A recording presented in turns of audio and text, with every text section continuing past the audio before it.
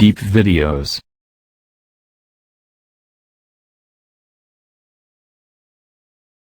Deep videos present.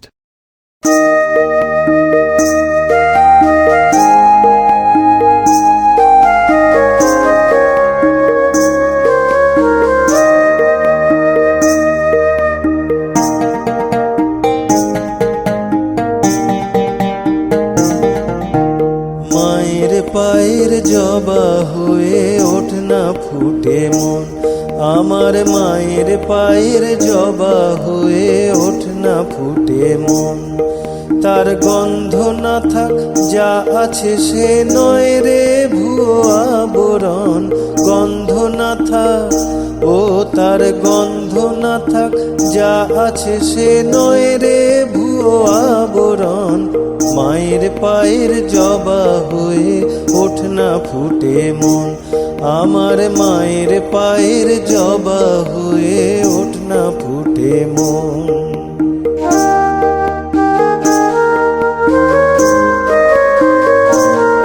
আমরা ইতিমধ্যেই চলে এসেছি নৈহাটির সবচেয়ে পুরাতন কালী মন্দির মা শ্যামাসুন্দরী মায়ের কালী মন্দিরে।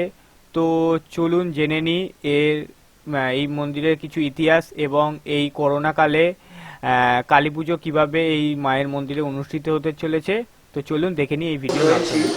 নৈহাটির অত্যন্ত প্রাচীন মায়ের মন্দির মা শ্যামাসুন্দরীর মন্দির প্রাঙ্গণ।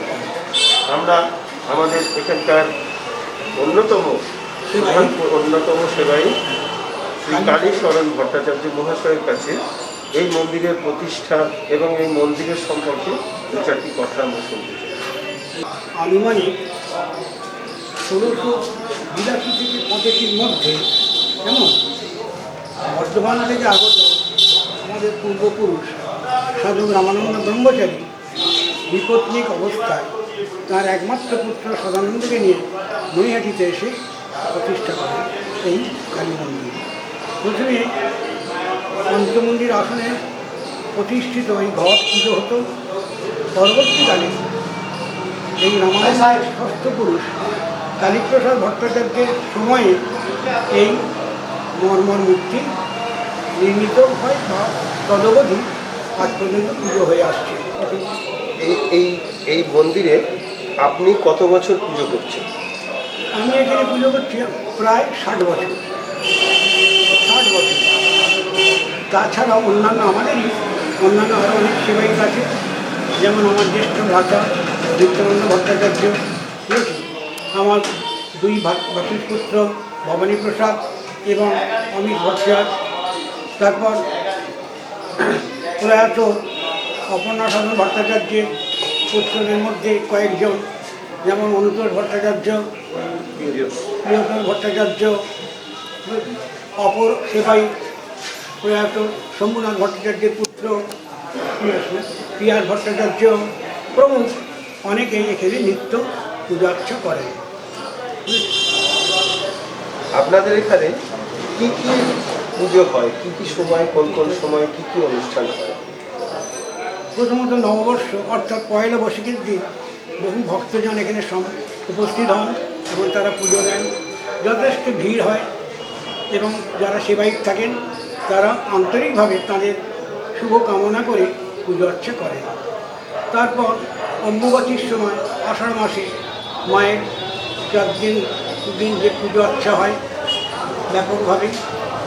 পরবর্তীকালে দুর্গাপুজোর সময় যথেষ্ট ভিড় হয় এখানে, যেহেতু অন্যতম প্রাচীনতম মন্দির নৈহাটি অঞ্চলের মধ্যে, শুধু নৈহাটি কেন বলা যেতে পারে অবিভক্ত 24 পরগনার মধ্যে অন্যতম প্রাচীনতম মন্দির হচ্ছে শ্যামাসুন্দরী কালী মায়ের মন্দির। পরবর্তীকালে আমাদেরই একজন সেবাই প্রয়াত অপর্ণা সাধন ভট্টাচার্য আনুমানিক প্রায় 45-46 বছর আগে এখানে অন্নকূট উৎসব এর সূচনা করেন। তদবধি আজ পর্যন্ত এখানে সে অনুষ্ঠান হয়। হাজার হাজার লোক এখানে সমাবেত হন এবং তারা যথাযথ ভোগ প্রসাদ ইত্যাদি গ্রহণ করে থাকেন। আচ্ছা, মা শ্যামাসুন্দরীর এই অন্নকূট মহোৎসব সম্পর্কে দু একটি কথা আমাদের মন্দিরের অন্যতম সেবায়ী শ্রী অনুতোষ ভট্টাচার্যের কাছে আমরা শুনতে চাচ্ছি। সামনে যে অন্নকূট হবে ফেব্রুয়ারি মাসে, অন্নকূটের বয়স হবে 46 বছর। প্রথম দিকটায় বাবা মানে অবসর ভট্টাচার্য এবং আমাদের একজন ভক্ত মিলে এটা শুরু করেছিলেন। তখন একদম শুরুতে যা হয় খুবই ছোটো করে শুরু হয়েছিল, তো এখন শাখা প্রশাখা বিস্তার হয়ে একটা বিশাল আকার ধারণ করেছে। হাজার হাজার লোক এখানে উপস্থিত হন, প্রত্যেকে ভোগ নিয়ে ফেরেন।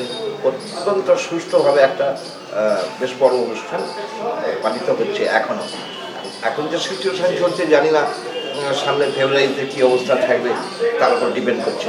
তবে গত বছর পর্যন্ত অত্যন্ত ভালোভাবে সুষ্ঠুভাবে এই অনুষ্ঠান আমরা করেছি। এই বছর যে পরিস্থিতি রয়েছে অতিমারি এই প্যান্ডেমিক সিচুয়েশানে, এই বছর আমাদের এখানকার মায়ের কালী পুজো সম্পর্কে যদি কিছু বলেন, কী নিয়মবিধি মেনে পুজোর আপনারা সিদ্ধান্ত নিয়েছেন এবং কী কী ব্যবস্থা গ্রহণ করা হয়েছে সেটা আমরা জানতে চাইছি। সবাই তো জানেন এই বছরটা একটা ভয়ঙ্কর পরিস্থিতির মধ্যে দিয়ে আমরা চলেছি। এখন এই পরিস্থিতির মধ্যে দিয়ে অনুষ্ঠান যে কিছু হবে না তা নিশ্চয়ই হবে, কিন্তু অত্যন্ত সতর্কতার সঙ্গে কিছু বিধিনিষেধ মেনে, কারণ আমাদের সবাইকে সুস্থ থাকতে হবে, সবাইকে ভালো থাকতে হবে।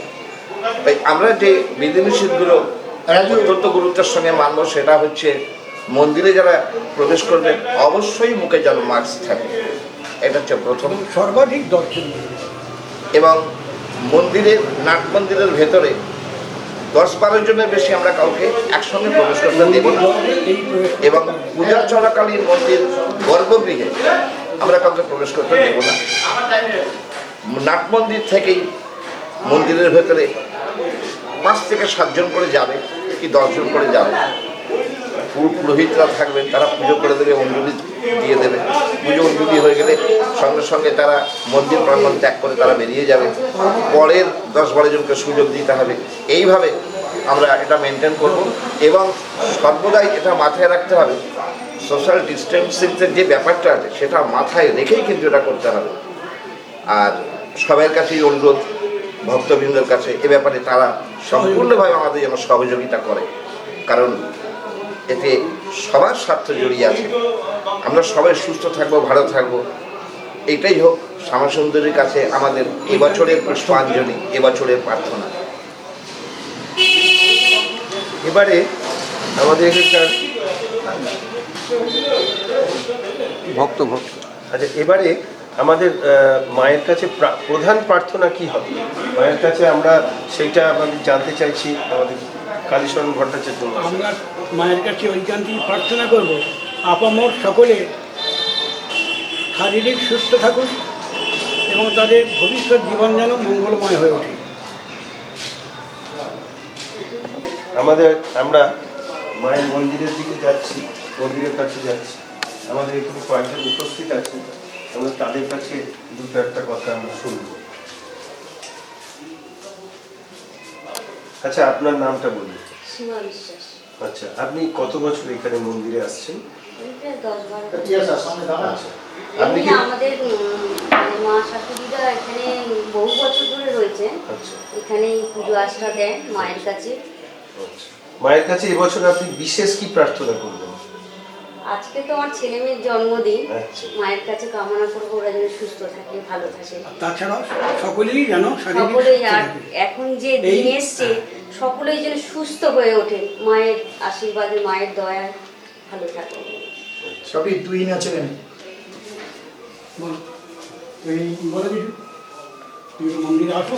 আচ্ছা, এই বছর যে পরিস্থিতি, জগতের মঙ্গল করো মা, সকলের মঙ্গল করো মা, এই প্রার্থনায় কি আপনার প্রধান প্রার্থনা হবে? হ্যাঁ, একদম ঠিক বলেছেন। এই বিশ্ব সমুদ্রে যাতে সবাই সুখে থাকে, সবাই শান্তিতে থাকে, এই মহামারী থেকে যাতে সবাই মুক্তি পায়, এই মহামারীর মধ্যেও যাতে সবাই শান্তিতে সুস্থভাবে বাস করতে পারে, সেই কামনাই একমাত্র এবছর মায়ের কাছে পাওয়া যাবে। আচ্ছা, এবারে আমরা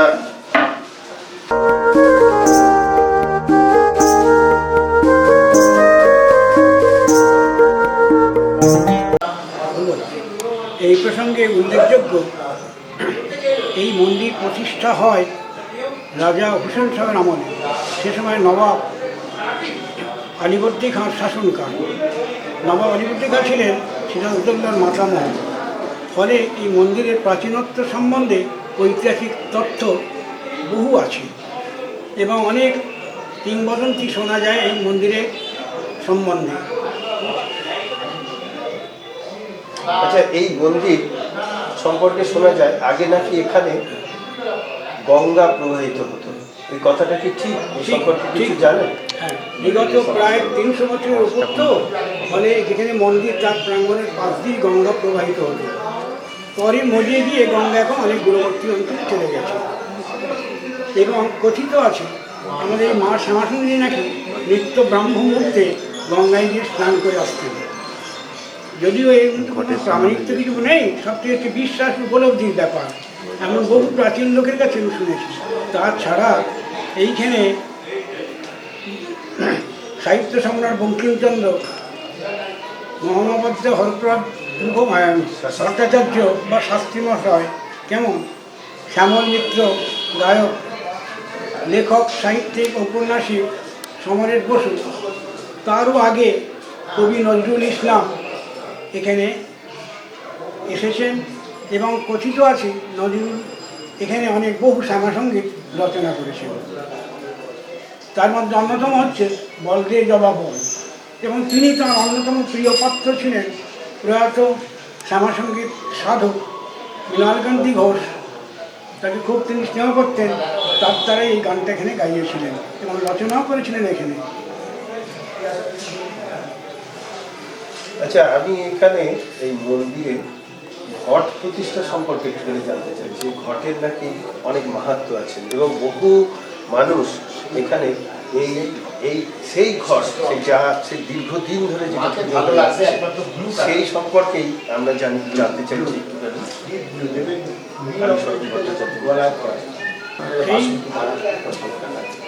প্রায় 300 বছরের উপরে এমন এই মন্দিরটা যখন প্রতিষ্ঠা হয়, পঞ্চমুণ্ডির আসনের উপর প্রতিষ্ঠিত ঘট, সেই ঘট সম্বন্ধে শোনা যায় এই সাধক রামানন্দ ব্রহ্মচারী তিনি প্রতিদিন গঙ্গা স্নানে যেতেন।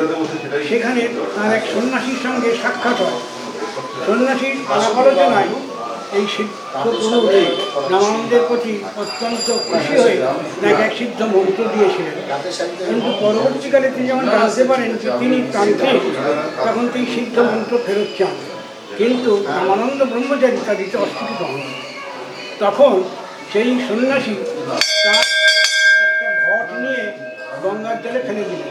তাৎপর্যেই গঙ্গার জলে ডুবে যাওয়া ঘটটা ভাসতে ভাসতে আবার উঠে যাচ্ছে, আবার ডুবে যাচ্ছে, আবার ভাসছে। তখন সেই সাধক বুঝলেন যে কিছু মাহাত্ম্য আছে। তিনি তখন পরম নিষ্ঠার সঙ্গে সেই ঘট নিয়ে এসে পঞ্চমুণ্ডির আসনের ওপর প্রতিষ্ঠিত করলেন। আজ 300 বছরের ওপরে সেই ঘট অদ্যাবধিও সেই ঘটের পুজো হচ্ছে। যদিচ রামানন্দের পরবর্তী ষষ্ঠ পুরুষ পূর্বেই যা বলেছি, কালীপ্রসাদ ভট্টাচার্যের সময়ে কোষ্ঠী পাথর, কালো কোষ্ঠী পাথরে এই মূর্তি স্থাপন হয়। এই মূর্তি স্থাপন করেছেন তোমার নবীনচন্দ্র পাল মহাশয়, তদানীন্তনকালের একজন হস্তশিল্পী।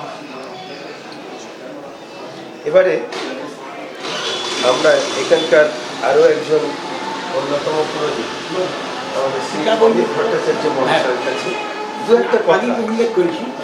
একটা কথা আমরা জানতে চাইছি। এই বছরে পুজোর কিরমভাবে ব্যবস্থা নেওয়া হচ্ছে এবং আপনাদের যে পালা পড়ে, অর্থাৎ আপনারা যে সবাই মিলে এই সুন্দর পালায় সবাই মিলে সামলান, কীভাবে সেটা একটু সম্পর্কে জানতে চাই।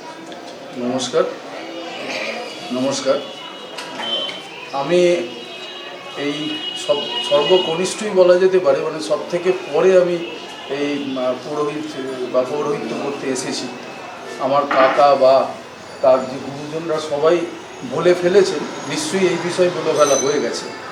তবুও আমি যেটা আপনাদের বলছি যে এই একটা খুব মারাত্মক প্রবলেম, অসুস্থতার একটা মানে ভয় এখানে রয়েছে। এই কারণে আমরা ঠিক করেছি আমাদের এখন যে পালা এবারে দেখাশুনো করবে তাকে সঙ্গে নিয়ে, যে আমাদের এই নাট মন্দিরটা তো অনেকটা বড়, এখানে 15 জন দাঁড়াতে পারবে। অর্থাৎ এই 15 জনকে দাঁড় করিয়ে রেখে তাদের পুজো বা পুষ্পাঞ্জলি ইত্যাদি ব্যবস্থা করা হয়েছে। বাকি যে গর্ভগৃহে আগে ঢুকে যে সমস্ত পুজোর অর্চনা বা দেখা হতো সেইগুলো আমরা তাদেরকে ঢুকিয়ে ব্যবস্থাটা করছি না, যদিও সমস্ত পুজো বা পুরোপুরি যা নিয়মমাফিক যা করতে হয় সমস্তটাই চিরন্তনভাবেই করব।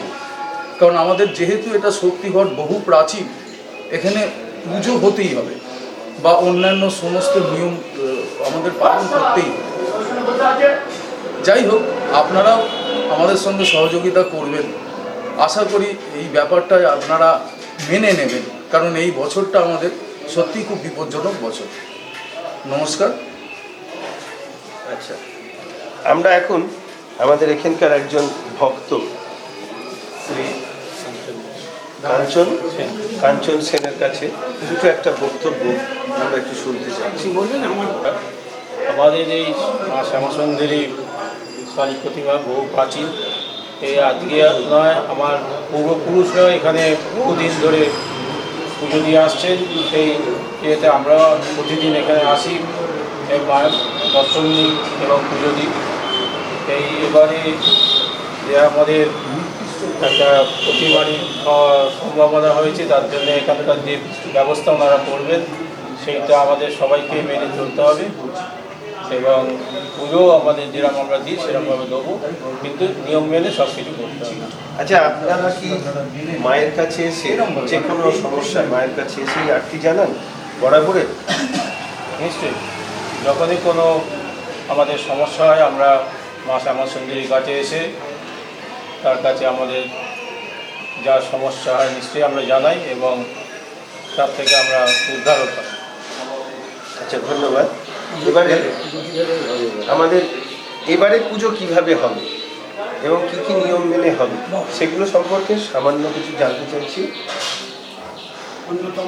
অন্যতম পুরোহিত সেবাই প্রিয়তোষ ভট্টাচার্য। অতি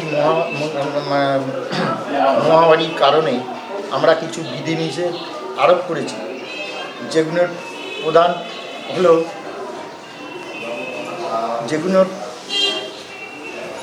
বিধিনিষেধ আরোপ করেছি যেগুলোর প্রধান হলো 1 নম্বর, যে আমরা এবার ভোগ বিতরণটা বন্ধ রেখেছি এই মহামারীর জন্যই, এবং মাকে যে ভোগটা দেওয়া হবে সেটা তো দেওয়া হবেই, এবং জনসাধারণের যে ভোগটা বিতরণ করা হতো সেই ভোগটা এবারে আমরা করতে পারছি না, কারণ অস্বাভাবিক ভিড় হয় এই ভোগ নেবার জন্যে, সেটা আমরা হয়তো সামলাতে পারবো না। তাই আমরা সকল ভক্তগণকে একটাই আবেদন, এই বছরটা যেন আমাদের এই অনুরোধ মেনে নেয়, আর ডিস্টেন্স বজায় রেখে আমরা যে পুজোটা করব তাতে যেন সকলে সহযোগিতা করে, আর অতি অবশ্যই মাস্ক পরে আমাদের মন্দিরের প্রাঙ্গণে স্যানিটাইজারের ব্যবস্থা করা হয়েছে, অতি অবশ্যই মাস্ক পরে যেন সকলে পুজো দিতে আসেন এবং তারা বাইরে গর্ভগৃহের বাইরে দাঁড়িয়ে পুজো দেবেন। হ্যাঁ, এই আমার অনুরোধ। এখন যাচ্ছি আমাদের মায়ের মন্দির সংলগ্ন মহাদেবের মন্দির, সেখানকার সেবাই শ্রী রবীর ভট্টাচার্যের কাছে, ওনার কাছ থেকে কিছু এই মন্দিরের সম্পর্কে শোনার জন্য আমরা চেষ্টা করছি। আমাদের এই মন্দিরটা বলতে গেলে কালী মন্দিরেই সমস্যা নয়, সময় তৈরি হচ্ছে। আমাদের চতুর্থ পুরুষ উনি এই মন্দিরটা তৈরি করে গেছেন, আর আমি আমার বাবাকে দেখেছি পুজো করতে, তারপর আমি এই মন্দিরটা পুজো শুরু করি 1988 সাল থেকে। তারপর এইভাবে মন্দিরটা তখন মোটামুটি ছোটোখাটো ভাঙাচোরা টাইপের ছিল, এখন বর্তমানে এটাকে বিভিন্ন ভক্তদের দানেতে এটা একটা পরিপূর্ণ ব্যবস্থা পেয়েছে। আমরা চাই যে সবাই এই প্যান্ডেমিক সিচুয়েশনে যাতে একটু ভালো থাকে, সবাই যেন সুস্থ থাকে, সেই মঙ্গল কামনা করি প্রতি মুহূর্তে আমরা ঈশ্বরের কাছে। আপনারা সবাই ভালো থাকুন, এটাই আমরা চাই। সর্বোপরি এবারে আমাদের সকলের কাছে অনুরোধ থাকছে, আপনারা অবশ্যই মাস্ক ব্যবহার করবেন, স্যানিটাইজার ব্যবহার করবেন, সব সময় দূরত্ব বজায় রাখবেন এবং সর্বোপরি আপনারা পুজো দেওয়ার সময় অঞ্জলির ফুল যদি সম্ভব হয় বাড়ি থেকে নিয়ে আসবেন। অঞ্জলি আমাদের দেওয়া হবে একটু দূর থেকে, নাট মন্দির প্রাঙ্গণ থেকে। আপনারা সেখান থেকেই অঞ্জলি দেবেন এবং সেখান থেকেই আপনাদের মায়ের কাছে প্রার্থনা জানাবেন। এইভাবেই আমাদের এবারে পুজোটা সাজানো হয়েছে। নমস্কার।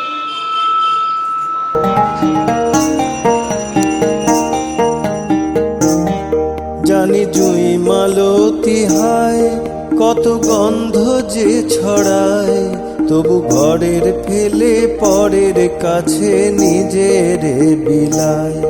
জানি জুই মালতী হায়, কত গন্ধ যে ছড়ায়, তবু ঘরের ফেলে পরের কাছে নিজের বিলায়।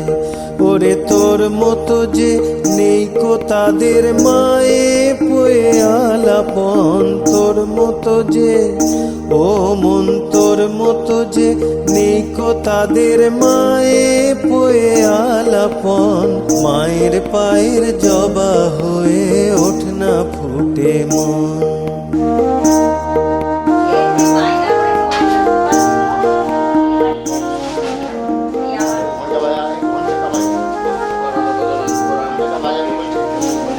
আমার তাই তো লাগে ভয়, প্রলোভনের ফাঁদে পড়ে হয়ে বুঝি বা ক্ষয়। আমার তাই তো লাগে ভয়, প্রলোভনের ফাঁদে পড়ে হয়ে বুঝি বা ক্ষয়। ওরে যেন ভুলিস না তোর দয়া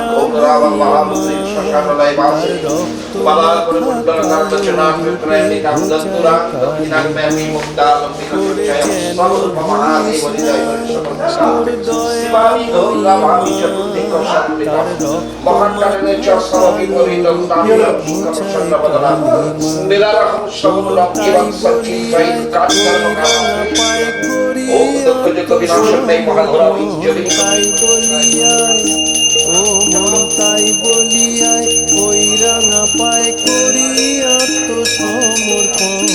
মায়ের পায়ের জবা হয়ে ওঠ না ফুটে মন। আমার মায়ের পায়ের জবা হয়ে ওঠ না ফুটে মন। তার গন্ধ না থাক যা আছে সে নয় রে ভুয়া আবরণ। গন্ধ না থাক ও তার গন্ধ না থাক যা আছে সে নয় রে ভুয়া আবরণ। মায়ের পায়ের জবা হয়ে ওঠ না ফুটে মন। আমার মায়ের পায়ের জবা হয়ে ওঠ না ফুটে মন।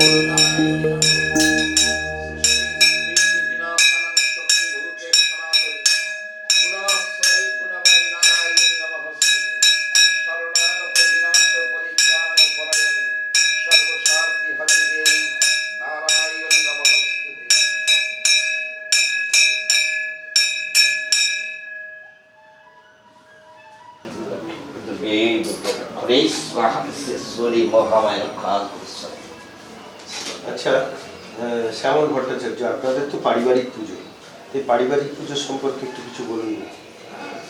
পারিবারিক বলতে আমাদের তো মানে সমস্ত কিছু এই মা শ্যামাসুন্দরী, মানে আমাদের জন্মগত ইয়ে। এটা বাবাও পুজো করতে দেখেছি, বাবাকে দাদুকে পুজো করতে দেখেছি, সবাইকেই পুজো করতে দেখেছি। এটা আমাদের মানে বিশ্বাস যে আমাদের খুব জাগ্রত মা শ্যামাসুন্দরী। মানে আপনাদের যা হবে আপনারা সবই মায়ের কাছে প্রার্থনা জানান, জেনে তারপরে সব জায়গায়, তারপর সব জায়গায় এইভাবেই আপনারা চলছেন। আমরা মাকে আগে জানাই সব কিছু, তারপরে আমাদের সব কিছু।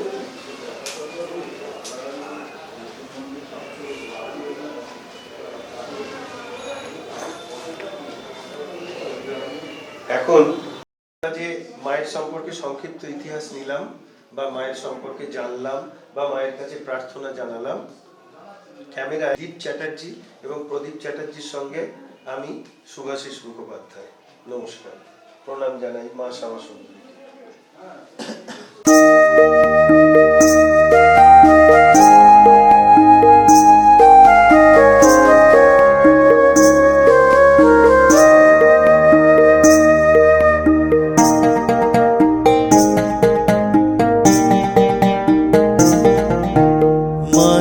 পায়ের জবা হয়ে ওঠ না ফুটে মন, আমার মায়ের পায়ের জবা হয়ে ওঠ না ফুটে মন।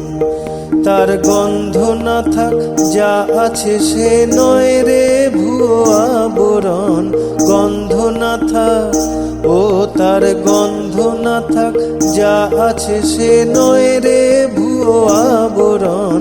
মায়ের পায়ের জবা হয়ে ওঠ না ফুটে মন, আমার মায়ের পায়ের জবা হয়ে ওঠ না ফুটে মন।